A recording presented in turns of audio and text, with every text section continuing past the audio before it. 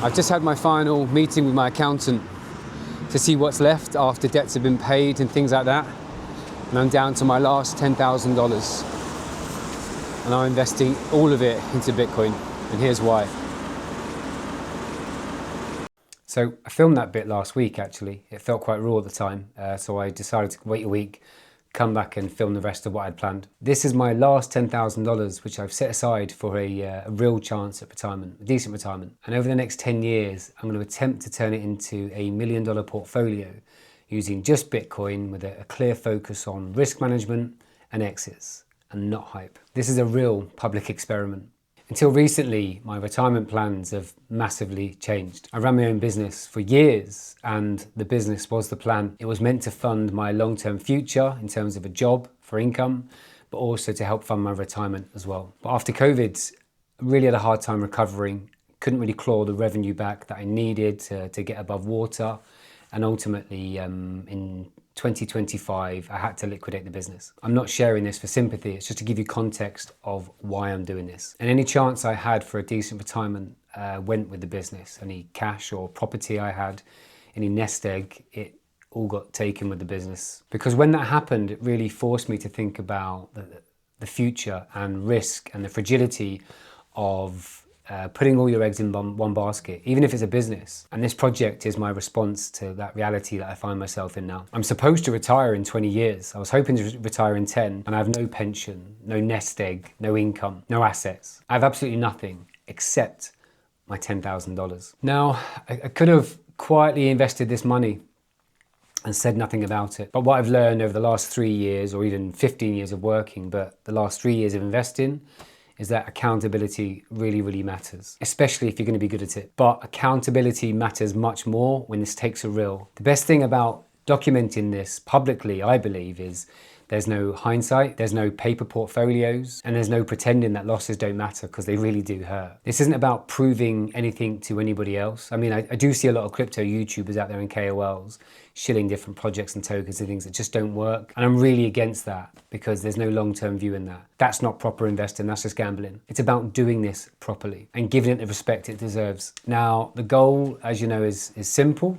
Turn 10,000 to $1 million plus portfolio, but it's not easy, you know, and nothing worth having comes easy. That's one thing I've learned. The goal is to start with $10,000 and use Bitcoin as my primary asset, and then manage the risk across full market cycles over the next 10 years. And I will attempt to compound that over that time into a meaning portfolio that I can then use to retire with. Some of these years will be boring and some will be uncomfortable, but that's the cost of surviving long enough to make compounding matter. So why $10,000? So the truth is, I started this journey a little over 3 years ago with $1,500. Bitcoin was something I was sort of, you know, casually interested in, because what I learned with crypto and investing generally is that if you dip your toe in, you put a little bit in, it then gains your interest, it gains your attention.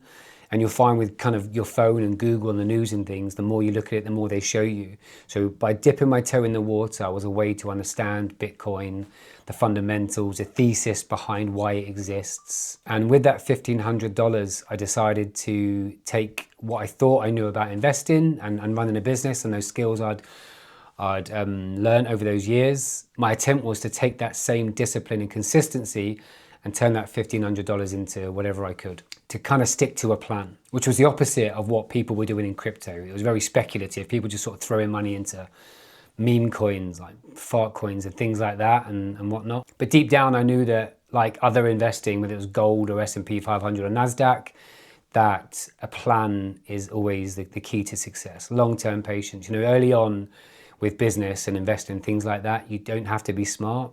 You just have to be patient and you have to have balls of steel. So my plan is to operate with clarity and with a lot of discipline and with rules. Now, I've been able to turn that $1,500 into just over $10,000. That's a 662% returns.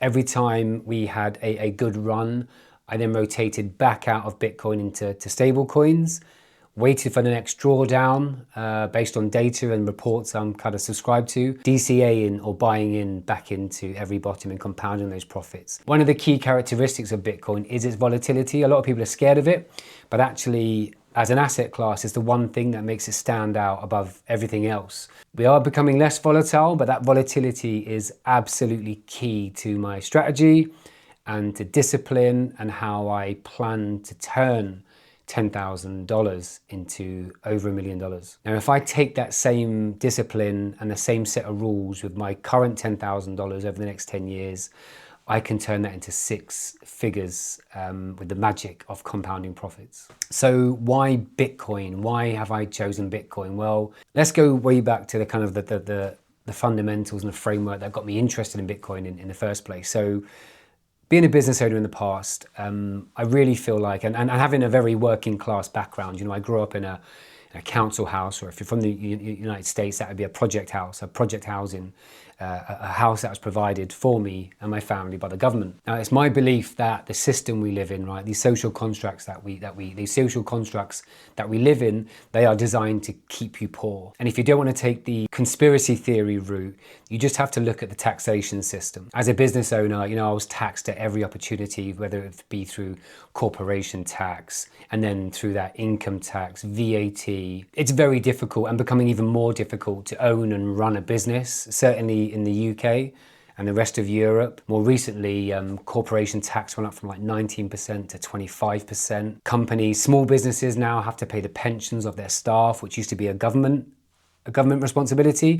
That responsibility got passed on the businesses. So the way I see it is it's becoming very difficult to own and run a business and to make any kind of money and create a meaningful amount of money to retire on. So when you ask me why Bitcoin, or the question is why Bitcoin, if you look at things like the S&P 500 and Nasdaq, the reality is I don't really have much choice. The gains available in other asset classes simply aren't there. I mean, precious metals are currently having a great run, but that run will eventually come to an end. What goes up must come down. There will be volatility, but ultimately I won't be able to get the return profile, especially in the next 20 years, which is when I'm planning to retire. Well, when I actually need to retire. The other thing to consider is that we have this thing called debasement and we have inflation. So debasement is the governments all over the world constantly printing money, which devalues what you got. So your $10,000 in the bank today buys you X amount. Now in 3-5 years time, you'll still have $10,000 in the bank, but it will just buy you a lot less. And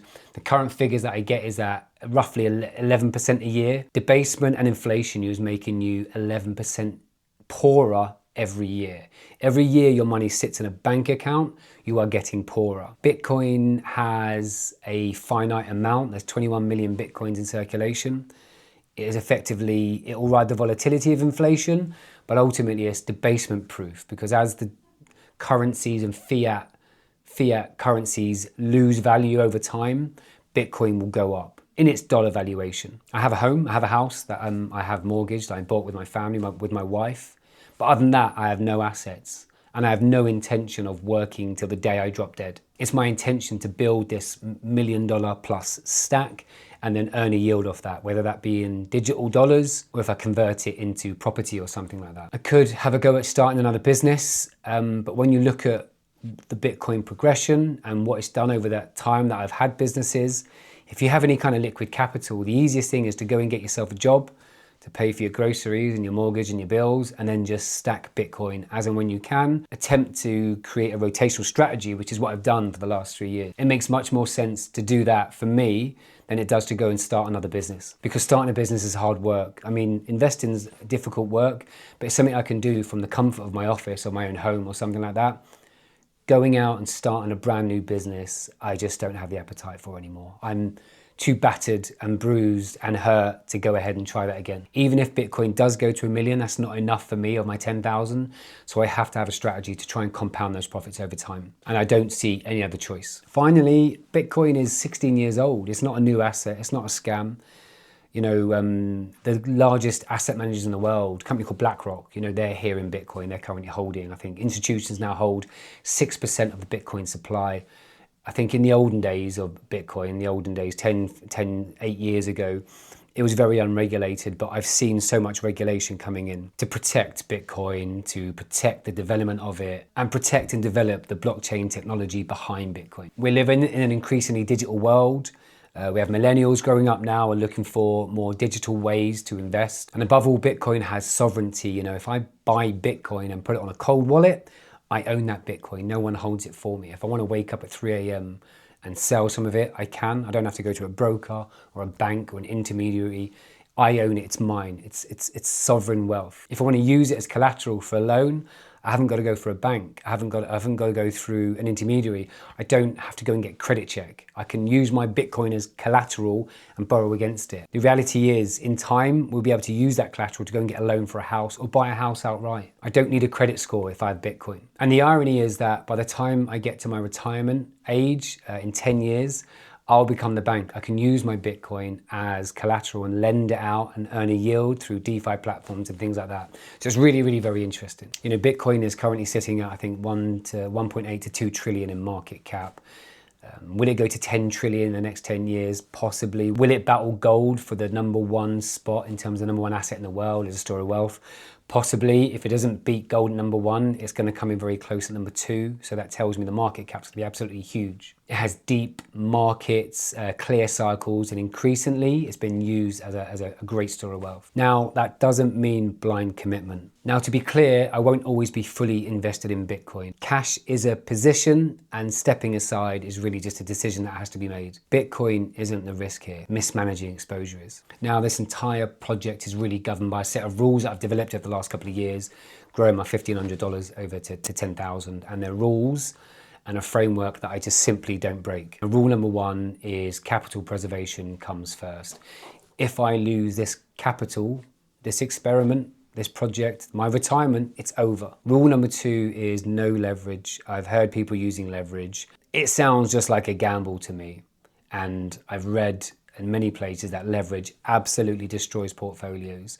The fact this is my retirement portfolio means I will never, ever, ever go near leverage. My third rule is that I don't try and call tops or bottoms, because that's impossible. I use data and the reports and things I subscribe to and the information that's out there on the blockchain to respond to the conditions that we're in. I don't predict price. Rule #4, risk comes off when conditions change. Exits are planned, they're gradual, and they are intentionally boring. I'm going to do another video on the psychology of markets and what I've learned over the last 3 years on the books I've read around trading psychology, albeit I'm not trading, but ultimately the thing that beats us is us in the game of investing. And rule #5, everything is going to be documented. Wins, losses, mistakes, they're all there for the record, and I'll be documenting this very, very publicly. So what you'll get from this YouTube channel is that I'll be explaining the thinking very publicly about how I manage my portfolio. YouTube is really going to be the why I'm doing this. It's the story and the journey I'm on and why I'm attempting this. And I will be documenting the portfolio execution, such as trade updates,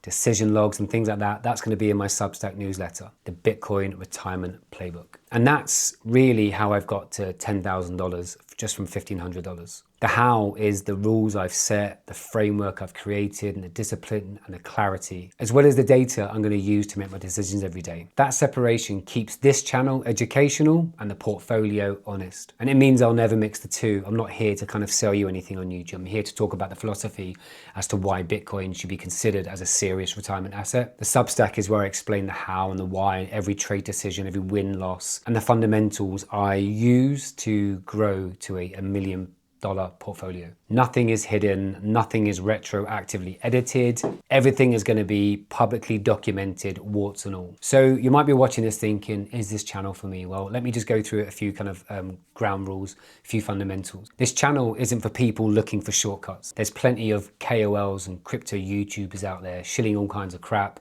trying to tell you which way the market's going to go in the near term. The reality is no one really knows.